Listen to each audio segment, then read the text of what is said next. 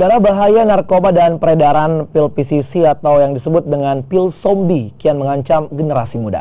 Satuan Narkoba Polres Kolaka merasa perlu untuk menyampaikan pentingnya bahaya narkoba di sejumlah sekolah. Peredaran dan pengguna narkoba saat ini semakin memprihatinkan karena tidak lagi mengenal batas usia. Bahkan dalam kasus penyalahgunaan obat terlarang jenis PCC atau pil zombie di Kota Kendari didominasi kalangan pelajar. Satuan Reserse Narkoba Polres Kolaka kini gencar melakukan sosialisasi tentang bahaya narkoba dan pil zombie di sejumlah SMP yang ada di Kecamatan Kolaka. Rasa ingin tahu yang tinggi membuat pelajar kerap menjadi sasaran empuk bagi para pengedar. Para pelajar yang masih di bawah umur kerap mengkonsumsi pil zombie meski nyawa jadi taruhannya. Kami bisa menambah pengetahuan tentang narkotika dan bahayanya. Sebelumnya di sini memang pernah diadakan sosialisasi atau gimana?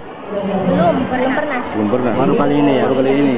Tadi apa tadi yang disampaikan di situ? Tentang narkoba. Termasuk bahayanya juga ya.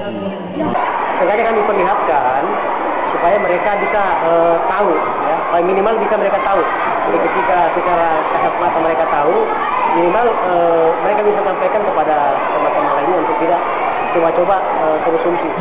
Kepolisian dan pihak sekolah mengimbau para pelajar yang ada di Kolaka dapat menjauhkan diri dari narkotika dan pil zombie. Selain itu tidak tergoda dengan bujukan orang yang baru dikenal yang menawarkan obat-obatan yang justru berbahaya. Muzakir Aziz, Kompas TV, Kolaka, Sulawesi Tenggara.